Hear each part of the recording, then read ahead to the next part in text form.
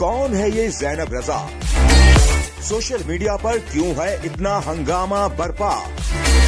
ज़ैनब रजा नामी इस लड़की की इंतहाई बोल्ड तस्वीर और वीडियोस ने सोशल मीडिया पर तहलका मचा दिया। लेकिन बहुत कम लोग जानते होंगे कि ज़ैनब रजा साबिक फौजी डिक्टेटर परवेज मुशर्रफ की नवासी हैं।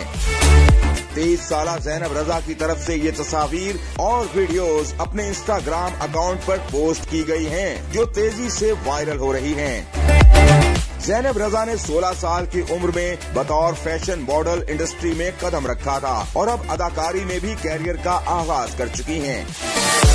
ज़ैनब रजा परवेज मुशर्रफ की बेटी आयला मुशर्रफ और मशहूर प्रोड्यूसर आसिम रजा की बेटी हैं। ज़ैनब रजा एक फैशन डिजाइनर भी हैं। मॉडलिंग के कैरियर में वो दर्जनों इश्तहारात में काम कर चुकी हैं और कई टीवी ड्रामों में अपनी अदाकारी के जौहर भी दिखा चुकी हैं।